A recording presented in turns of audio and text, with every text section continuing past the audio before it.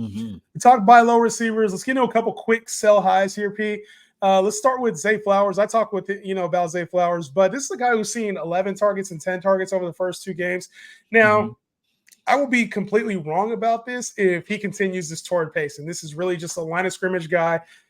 I think teams will end up figuring this thing out, and I think the Ravens are going to start to figure here that you cannot run your offense through Zay fucking Flowers. You can't. You cannot run your offense through Zay Flowers and try to make him this Wes Welker type. You got Derrick Henry. You got Lamar Jackson. Your ground game is covered. Your short stuff is covered. You have guys who can catch in the short to intermediate passing game with Isaiah Likely and Mark Andrews. Use them. Zay Flowers getting 10 to 11 targets every single game. There's no way that's sustainable. It's equating to losing football. This team has to figure it out. And I'll be wrong on this one. If I'm wrong on it, I'm wrong on it. But typically, we see teams start to figure out ways to win. And you talked about Derrick Henry being a buy low. Running the football is the bread and butter of this Ravens organization. Not just the offense right now with Todd Monken. This is the Ravens organization. This is how they're built, running the football, playing defense. At some point, this team has to figure out that Zay Flowers is not the guy that they want to go through. And I also think the red zone work is very questionable, right? Like, we're talking about a guy who still, I think he's yet to have a 100-yard game. Does he even have 100 yards total offense? Like, he had 91 yards. Excuse me. He had 91 yards last week. But 7 catches, 6 catches. I'm just like, at this point, if you're not going to sell high on him right now, what are you hoping for? With that kind of, with 10 targets, with 11 targets in back-to-back games, and you got 120 yards on the season. To me, it just screams like, hey, this is a guy you can get probably good value for, top 20 receiver. Like, I'm going to do Zay Flowers for Michael Pittman all day, every day. Yeah, don't really, you and I have been agreeing on a few things, but and I'm not the biggest, advanced stat type of guy, but A dot right here, it's like screaming. Because like you said, bro, the thing about these guys is like they've been trying to run their offense through Zay Flowers, and it just has not been working. So it's just it's one of those things. If you believe in Zay Flowers and you think that the Ravens are going to continue this at a larger scale, then keep him. If you believe Zay Flowers and this offense are going to change very shortly here, it's time to move him. And you saw kind of the floor of that week 1 where he was like 6 catches, he had 10 targets, and he had only 37 yards receiving. You've seen kind of the floor of that. And I think we saw the ceiling of that last week where he had 7 catches for 91 and a touchdown, 20 fantasy points. Like on 11 targets, like to me, that's just crazy. So Zay Flowers, a sell high for me right now. Perfect time to sell. I think how I would use Zay Flowers, honestly, how I would use him is to go get like a Deebo Samuel or A.J. Brown right now, somebody who's hurt, not like a Cooper Kupp who's on IR, but I would go get one of the guys who's hurt. I would go get a Jamar Chase. I would use Zay Flowers and another player to go get one of the elite guys that's either disappointing or going to be out for a few weeks. And I think he could pull it off. It may take some lip service, but yeah, you can definitely pull that off. Most of the shit does. Yeah. Zay Flowers. I was never in on that guy, but sell high for me. Now, this guy right now has been making highlight catch after highlight catch week after week. And that's Rasheed Shaheed. So for me, look, that entire offense looks great, right?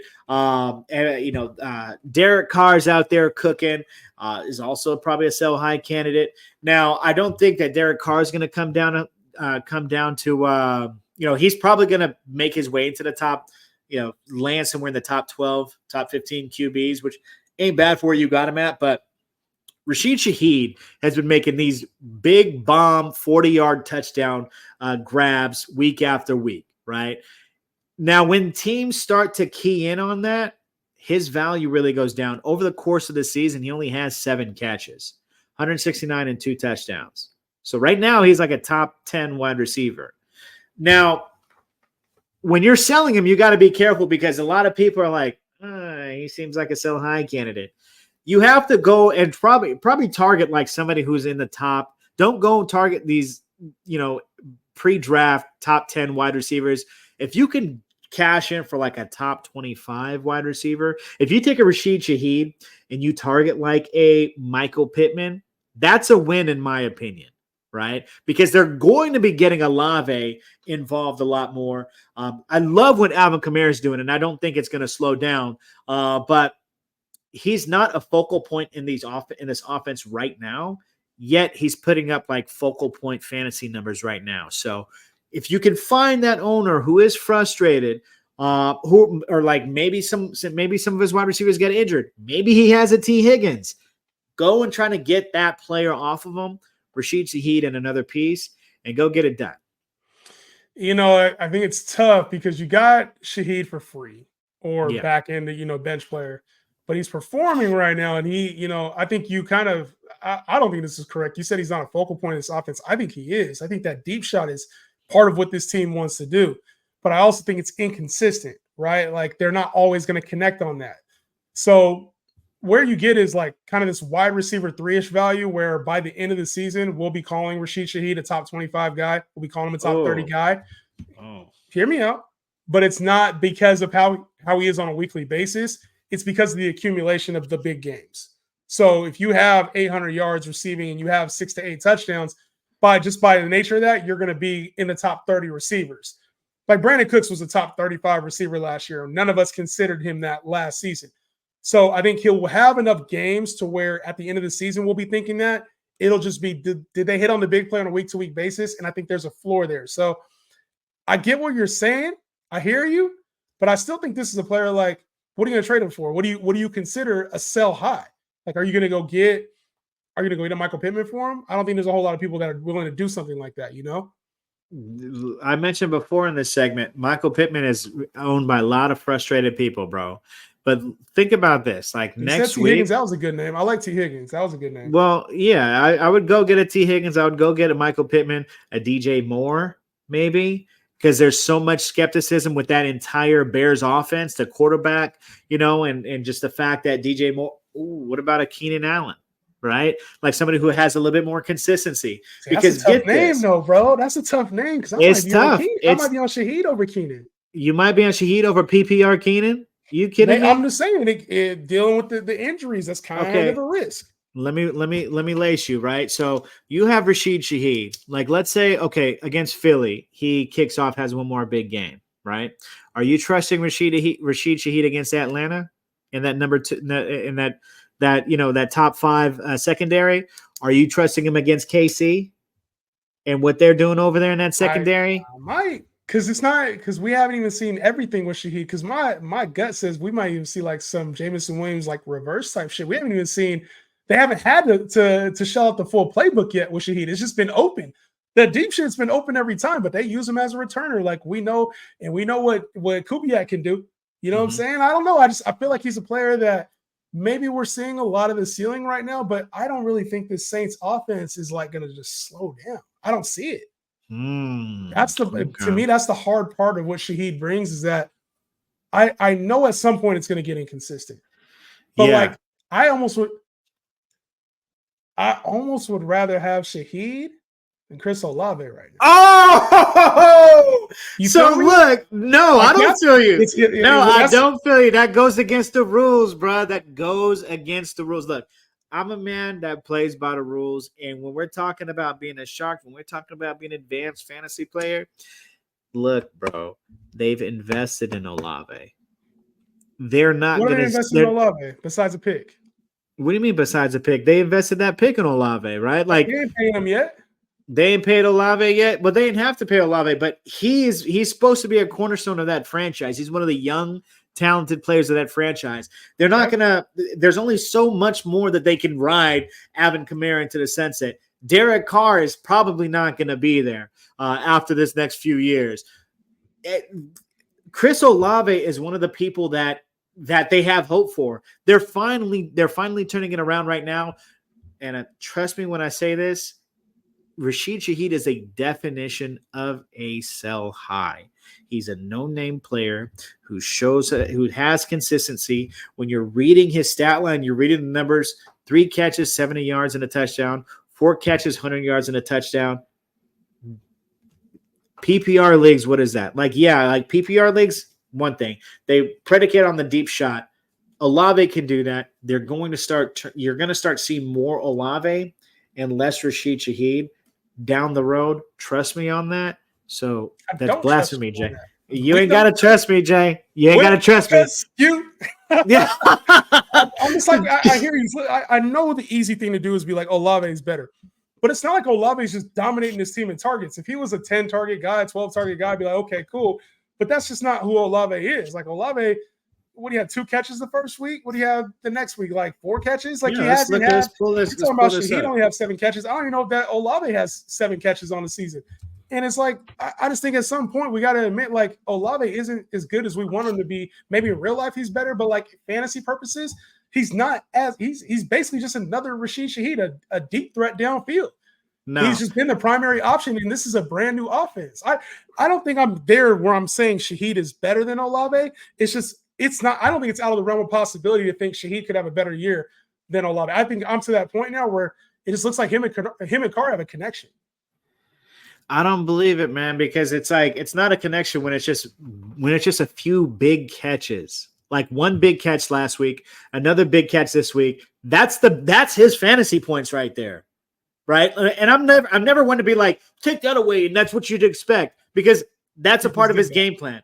No, I'm not doing that. I'm just saying, like, that's not consistent. That's not, you can't expect that every week. Whereas Olave week 1, two targets, 2 receptions, 11 yards. But week 2 against Dallas, 6 targets, caught 4 of them with the number 1 corner on him, mind you. The number 1 corner in Carolina. Help me out with his name. The number 1 corner. Come on, bro. Damn. You know what I'm talking about. Good too. Yeah, he was getting good too. But then you got Diggs on Olave here. Well, Diggs plays one side, but you got 2 good corners. If he's splitting, if you got somebody who could split the center and take advantage of those safeties in Dallas, you're going to do that, right? And then from the rest of that game on, it was run heavy, right? Like you seen Derek Carr didn't have to throw the rock. They were relying on Alvin Kamara. So, and even with that type of game, you have Chris Olave with 6 targets and still 81 yards. That's telling you something, bro. And against Philly, you want to buy him. You want to buy Olave now because I'm telling you. You were just talking about the secondaries for the Saints. You were just saying, oh, man, you want to sell Shaheed because you think he's going to do that against KC. You think he's going to do that against Atlanta and their top secondary. But now it's a positive for Olave. No, right? because I skipped Philly because Philly's the next game. But I'm telling you right now, he's going to have a huge game against Philly. Clip this shit up. He's going to have a huge game against Philly, and then your buy low on Chris Olave is going to be done. It's going to be done. But this is not necessarily about Chris Olave as much as it is about Rasheed Shaheed, because you cannot consistently count on him catching a 60-yard bomb. You can't. You can't. The player, and what use is that in your lineup? The player that I think actually fits this mold even better than Rasheed Shaheed is Xavier Worthy for the Chiefs, bro. And it's like, we know he is big player bust. And I think there's a lot of people that had optimism about him, especially when it came to like, oh, Hollywood Brown is out now. And everyone's like, oh, Xavier Worthy, he's going to be the wide receiver 1. He's going to get all these targets. And it's like, this team isn't built to give him the kind of targets we're all hoping for. I think he still has to grow in his role and grow as a pass blocker. For now, I think he's a shot guy. You know what I'm saying? He's relatively small, but there's a reason Rasheed Rice has an elevated role. I think there's a reason like we're even seeing some of these other Chiefs receivers out on the field when it should be Worthy. I just think he needs time to develop. Could this be later down the line? Potentially, but I think right now you can still get wide receiver 3 value off the strength of that first week, because we saw it in prime time when it comes to Worthy. You can still get wide receiver 3 value and go get some of the names we've been talking about here on this show. I think there's an ample opportunity to go get some of those wide receiver 2, wide receiver 3 players who have not been performing for a guy like Worthy. So I like the player, like the speed, like what he can bring to the table. It's just the consistency aspect. And this isn't a Rasheed Shaheed where they have to lean on him as a starter. He's the 3rd option at best in the passing game behind Rasheed Rice and behind Kelsey. I'm out on Xavier Worthy at the cost right now. The Xavier Worthy, he's a tricky guy. This may not be somebody I'm out on. This may actually be somebody I want on my fantasy team, because they're looking for speed on the outside. Now they ran into a team that does match up well with them historically. Now, since he's got, and they called him out, right? They said, you ain't doing nothing but run. You can't do nothing but run fast in a straight line, right? Where Xavier Worthy, yeah, that is kind of what he profiles as. But the way that they can scheme him up with that speed, the same way they did Tyreek on these long crossing routes, these man beater routes, that's where you're going to see his value at. But they baited him into like trying to beat him deep against a long cornerback who can really, if you've seen that Odell pick, man, like, but interception of the year. Yeah. Listen, Xavier Worthy has a little bit more value. He may be somebody you want on your team, especially for bye weeks, or maybe even somebody that, I can see the sell high. I can see that aspect in it, but I look at a starting lineup. Am I starting him? I'm not starting him this week. And if I can't start him, like, when are you going to start him? You know what I'm saying? Like, he's just one of those players. So, any other sell highs you got, man? Man, we could talk about. You know what? I got one more. Alec Pierce. It's probably the most obvious sell high out here. So, Alec Pierce got 4 catches, sell high. He's got 181 yards. That's just to end that sell high streak here because we don't want to go too long on these. But Alec Pierce is somebody I'm selling high on, definitely.